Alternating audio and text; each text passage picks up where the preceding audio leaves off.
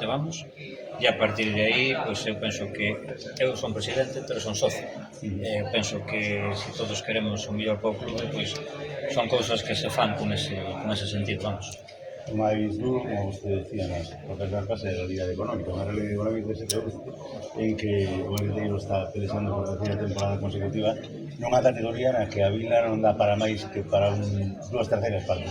Pero é unha categoría que nos gusta. Somos poucos en Carballiño, pero a todos nos gusta esta categoría, entonces de alguna maneira temos que procurar estar nela porque, bueno, pues, que é unha categoría na que temos feito grandes hazañas nas dúas últimas e que queremos seguir estando nelas.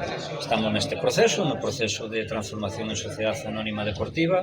Sabíamos que non era fácil desde o principio, pero é o camiño que vemos. A temporada pasada salvouse grazas a aportacións. Sí, totalmente. Son 200.000 euros que serán convertibles en accións. Serán convertibles en accións e a partir de aí pois xa todo se irá camiñando. Abrimos outro proceso novo para novas aportacións. Carballín e o Club Deportivo Arenteiro sigue sendo interesante. Para eso tamén a nosa preocupación de empezar a sumar cantos máis puntos máis pronto millor, porque, bueno, pois eso todo pone moito máis valor ao noso club. Está claro que sigue aberto ese proceso de transformación social anónima deportiva. Sí. Que vostede é optimista, confía en que se podan... Se non son optimista, xa non me levanto o día seguinte, teño claro. Hai que selo, penso que hai que selo. De verdad que se tuvésemos pulmón para facelo de outra maneira, isto non se nos iba a ocurrir. O sea que temos que pasar por Sociedade Anónima Deportiva, pois seremos CDA, Club Deportivo Arenteiro SAD, como hai outros tantos membros. Outro hándicap que ten o clube tamén, como vos explicaba, é Espiñedo, porque... As instalacións mermanos todos os días, o sea, ser o único... Eu penso que somos o único equipo desta categoría que temos que manter o campo, que non temos capacidade para facer unha taquilla. Se tivésemos máis campo, socios, en vez de cobrar o que se cobra, se podría cobrar un poquinho menos para ter máis socios. Todo eso axudaría de outra maneira, pero é o que temos, con eso é o que temos que convivir. Ten a magia de Espiñedo, pero a realidade é que a situación actual en canto a infraestructura non se está comendo. Leva 6 anos de presidente, confía en rematar o seu mandato no Campo Novo? Non podo dicir tal cousa porque sería tirarme a unha piscina que non sei neste momento se ten auga.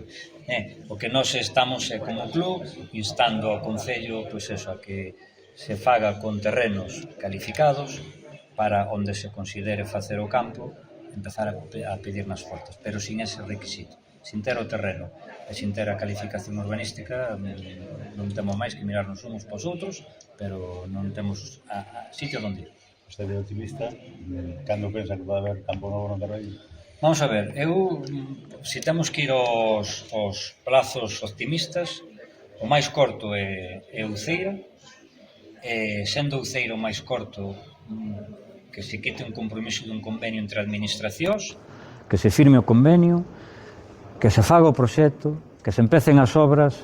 Eu penso que eso non o libra a nadie de que sean un par de anos. Non o libra a nadie de que sean un par de anos. A última por a miña banda, no aspecto deportivo, o equipo xoga en Bilbao. Podemos confirmar que con Luis Vilacha como técnico? Sí, porque aínda que aparecese alguén ahora nas seguintes horas, eu penso que por tramitación de ficha e tal xa sería inviable outra cousa. E se o equipo saca un bo resultado en Lezama, plantexaríanse que seguir a Luis ou vería alguén? Non sei, imaginémonos que mellor temos que estar buscando un 2 para Luis en vez de un para Luis. Eu que sei, non o sei. Pero bueno, eu penso que o equipo está tranquilo, están entrenando ben, a bo ritmo. Luis é un gran profesional, conoce moi ben a categoría. Esta xa é a terceira ano que toca esta categoría.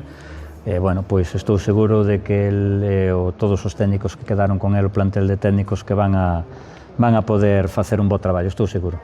Unha das importantes viabilidades do club pasa por todo por ser Sociedade Anónima Deportiva, sí, pero tamén por salvar a categoría, non? É que, díxeno, non?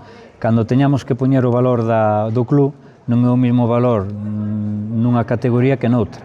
Sendo que, ainda que baixases, o club ten un valor na segunda ref, na primeira ref ten un valor multiplicado por 10. do que poida ter en segunda ref.